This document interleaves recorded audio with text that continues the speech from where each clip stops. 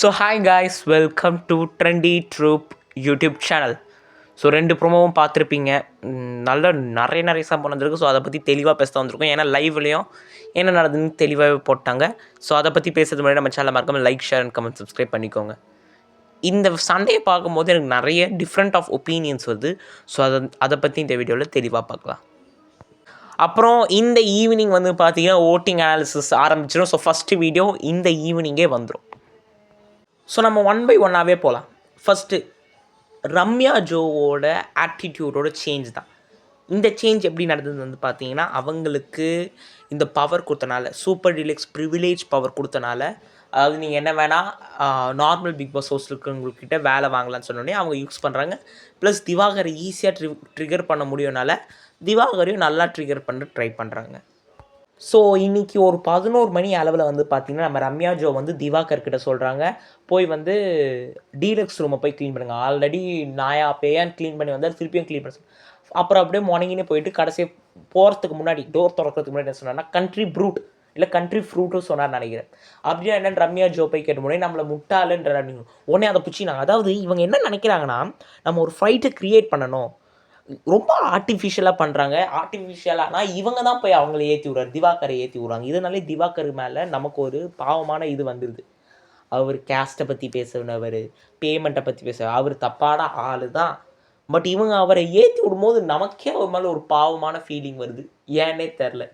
So அந்த மாதிரி பண்ணும்போது தான் நமக்கே கொஞ்சம் கஷ்டமாக இருக்குது. நிறைய பேர் நண்பாங்க திவாகருக்கு சப்போர்ட் பண்ணுறவங்களாம் பேசிக் ஃபீலிங்ஸ். நான் சப்போர்ட் பண்ணல, இவங்க பண்ணுறத பார்த்தா அவரே எவ்வளோ மேலுன்னு தோண்டே அந்த அளவுக்கு தான் இவங்க பண்ணுறாங்க. ஸோ அதை பிடிச்சி இவங்க சண்டை போட்டு என்ன எப்படி நீங்கள் அப்படி சொல்லலாம், என்ன எப்படி அதுக்கு வந்து இன்ஃபேக்ட் என்ன அப்படி சொல்லலாம் ரம்யா ஜோ கேட்டாங்களே, அதுக்கு நம்ம திவாகரும் சாரிம்மா அப்படின்னு சொன்னாலும் அதை கேட்க மாட்றாங்க. இவங்க சண்டை போட்டுக்கினே இருக்காங்க. என்னன்னே அது தெரில, இவங்களே சண்டை போட்டுட்டு இருக்கிறாங்க. உடனே நம்ம திவாகர் வந்து பார்த்திங்கன்னா அவரும் கொஞ்சம் ட்ரிகர் ஆகிட்டாரு. இம்மா படிச்சவ மாதிரி பேசுமா நாகரின், ஏன்னா அவங்க கொஞ்சம் மரியாதை இல்லாமல் பேசுவாங்க. அது நீங்கள் ப்ரோமோலேயே பார்த்துருப்பீங்க. என்ன கத்தி பேசுகிறேன் அப்படின்னு சொல்லி மரியாதை இல்லாமல் பேசுவோம். இந்த சீசனில் எவனுக்குமே மரியாதை தெரியாது போல். ரொம்ப டிஃப்ரெண்ட்டான சீசனாக இருக்குது, ரொம்ப ஆர்டிஃபிஷியலான சீசனாக இருக்குது. பட் பரவாயில்ல, நாள்லேருந்தே சண்டை போடுறதுனால நமக்கு கொஞ்சம் கண்டென்ட்டும் கிடைக்கிது. அது நம்ம திவாகர் பேசினதுக்கப்புறம் ரம்யா ஜோ வந்து பார்த்தீங்கன்னா அப்படியே அழுதுட்டு போய் உக்காந்துட்டாங்க. பண்ணுற வேலையெல்லாம் பண்ணிட்டு இதுவாமா திடீர்னு இப்படிப்பட்ட ஒரு ஆட்டிடியூட் சேஞ்ச் தேவையில்லை. பவர் யூஸ் பண்ணுறீங்க, ஓகே, அக்செப்டபிள். ஈவிலாக இருக்கீங்க, ஓகே.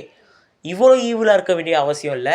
ஸோ இந்த வாரம் தர்ம அடி உண்டு இருக்குதுன்னு நினைக்கிறேன். இந்த வாரம் கடைசியில் அடுத்தா 2 சல்லா குட்டிஸ் வரானுங்க. யாருன்னு வந்து பார்த்தீங்கன்னா எஃப்ஜே ஃப்ரெட்ரிக் ஜான்சனும் அப்புறம் யார் கமருதீனும் வராங்க. 2 பேருக்கும் எனக்கு தெரிஞ்சு இந்த வாரம் எல்லோ கார்டோ இல்லை ரெட் கார்டு யாருக்கு வேணால் வரப்பா இருக்கும். இல்லைன்னா சரியான வார்னிங் இருக்குது.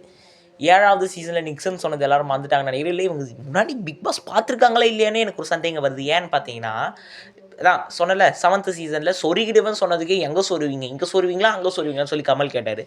இவர் வெட்டிடுவேன்றாரு.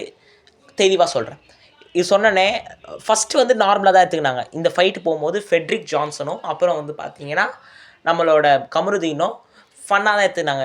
நான் என்ன தெரியுமா, நான் 12th வரைக்கும் படிச்சிருக்கேன் அப்படின்னு சொல்லி ஃபன்னாக தான் கொண்டு போயிருந்தாங்க. அப்புறம் இந்த பொண்ணு அழுவுறா, ரம்யா ஜோ அழுவானோடனே இவங்களும் இது பண்ண வராங்க. உடனே இவங்க சண்டை போட வரும்போது எப்பா தள்ளிப்போப்பா, அந்த பொண்ணு இப்படி பேசுனப்பா டபுள் கே மாதிரி கத்தின்னு இருந்தார் நம்ம திவாகர். அவுட் ஆஃப் ரேஞ்ச் போயிட்டார். அவர் என்ன பண்ணுறாரு அவனுக்கே தெரியாத அளவுக்கு ஆகிட்டார். முடிஞ்சோடனே அவர் வெளிலாம் போயிட்டா சார் பரவாயில்ல, நம்ம ரொம்ப போவோன்னா நம்ம முன்னாடியே போயிடலாம்.